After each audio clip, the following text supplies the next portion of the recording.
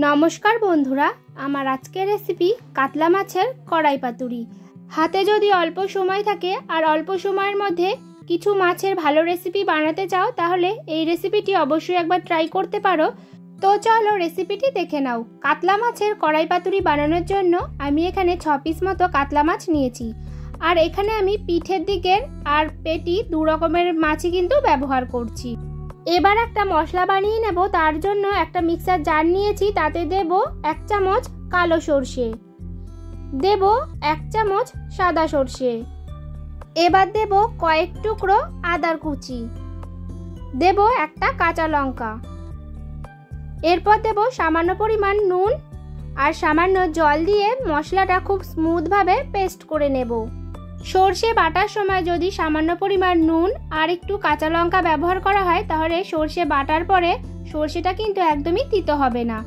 এবার দেখো যে মশলাটা আমি রেডি করেছি সেই মশলাটা একটা থালার মধ্যে নিয়ে নেব। আমি যেই পাত্রে মাছটা ম্যারিনেট করব সেই পাত্রেই কিন্তু মশলাটা নিয়ে নিলাম। তার মধ্যে দিয়ে দেব 1 চামচ জিরে গুঁড়ো, দেব 1 চামচ ধনিয়া গুঁড়ো, দেব হাফ চামচ হলুদ গুঁড়ো, তোমরা তোমাদের পরিমাণ মতো হলুদ গুঁড়ো দেবে। এবার দেব 1 চামচ কাশ্মীরি লঙ্কা গুঁড়ো আর দেব বেশ খানিকটা সরষের তেল। এখানে আমি 2 থেকে 3 টেবিল চামচ মতো সরষের তেল ব্যবহার করেছি। এবার মশলাটা খুব ভালোভাবে মেখে নেব। তোমরা চাইলে কিন্তু ঝালের জন্য এখানে লঙ্কার গুঁড়ো ব্যবহার করতে পারো। এবার এক এক করে এই মশলার মধ্যে মাছগুলো দিয়ে দেব।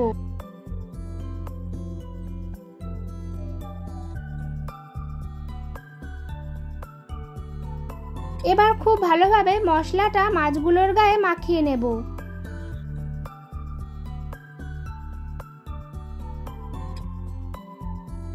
মাছগুলোতে খুব ভালোভাবে মশলা মাখানোর পর এবার একটা আমি লম্বা লম্বা করে টমেটো কেটে নিয়েছি, সেই টমেটোটাও মাছের মধ্যে দিয়ে ভালো করে মাখিয়ে নেব।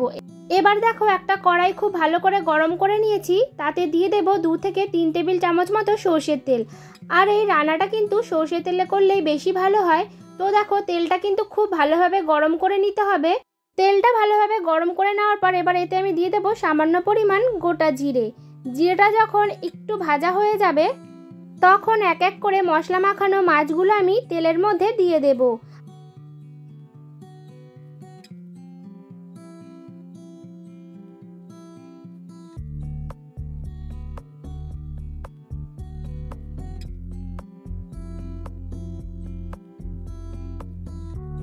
মাছগুলোকে তেলের মধ্যে দেওয়ার পর 1 মিনিট মতো আমি গ্যাসের ফ্লেমটা হাইতে করে রেখে মাছগুলো একটু ভেজে নেব।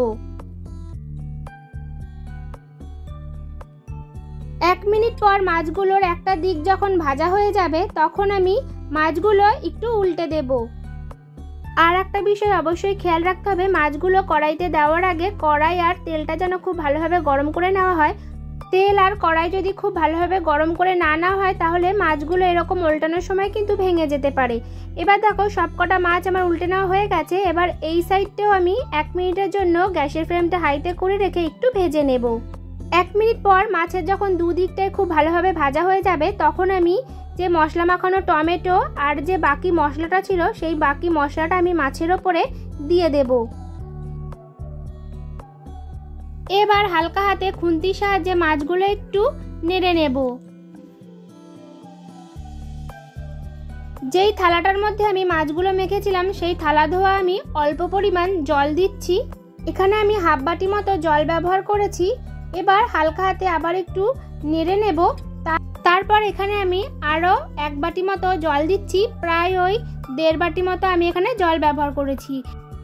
এই সময় মাছের নুনটা চেক করে নেবে। তো নুনটা আমার কম হয়েছিল, তো এই সময় আমি মাছের নুনটা পরিমাণ মতো দিয়ে দিচ্ছি। তোমরাও কিন্তু এই সময় নুনটা অ্যাড করে দেবে। এবার দেখো 2টো কাঁচা লঙ্কা নিয়েছি, কাঁচা লঙ্কাগুলোকে আমি 2 ভাগ করে মাছের মধ্যে দিয়ে দেব। দিয়ে এবার আমি হালকা হাতে একটু নাড়াচাড়া করে এই মাছটা আমি গ্যাসের ফ্লেমটা মিডিয়ামে রেখে প্রায় ওই 5 থেকে 10 মিনিটের জন্য একটু ঢাকা দিয়ে দেব। 5 থেকে 10 মিনিট পর আমি ঢাকা খুলে নেব। এবার মাছগুলোকে আমি এক এক করে কড়াইয়ের মধ্যে উল্টে দেব। খুবই সাবধানে কিন্তু মাছগুলোকে উল্টাতে হবে, না হলে মাছগুলো কিন্তু ভেঙে যেতে পারে। তো দেখো মাছগুলো আমার সব উল্টে নেওয়া হয়ে গেছে। এবার আমি গ্যাসের ফ্লেমটা হাই টু মিডিয়ামে করে রেখে 5 থেকে 10 মিনিটের জন্য একটু ঢাকা দিয়ে দেব।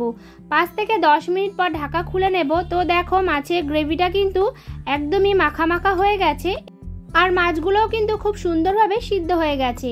এবার আমি এই সময় দিয়ে দেব 1 চামচ মতো গরম মশলা গুঁড়ো আর দিয়ে দেব সামান্য পরিমাণ ধনেপাতা কুচি। মাছের গ্রেভিটা যখন এরকম গামাখা হয়ে আসবে তখনই কিন্তু মাছটা আমাদের নামিয়ে নিতে হবে। গরম মশলা গুঁড়ো আর ধনেপাতা কুচি দেওয়ার পর গ্যাসের ফ্লেমটা বন্ধ করে দিয়ে আমি 1 থেকে 2 মিনিটের জন্য একটু ঢাকা দিয়ে দেব। তো দেখো আমার কিন্তু রেডি হয়ে গেল কাতলা মাছের কড়াই পাতুরি। এবার এই কাতলা মাছের কড়াই পাতুরি গরম ভাতের সাথে সার্ভ করব। আমার চ্যানেলের রেসিপিগুলো যদি তোমাদের ভালো লেগে থাকে তাহলে চ্যানেলটা অবশ্যই করে লাইক শেয়ার সাবস্ক্রাইব করে দিও। আজকের মতো টাটা, আবার দেখা হবে নেক্সট ভিডিওতে।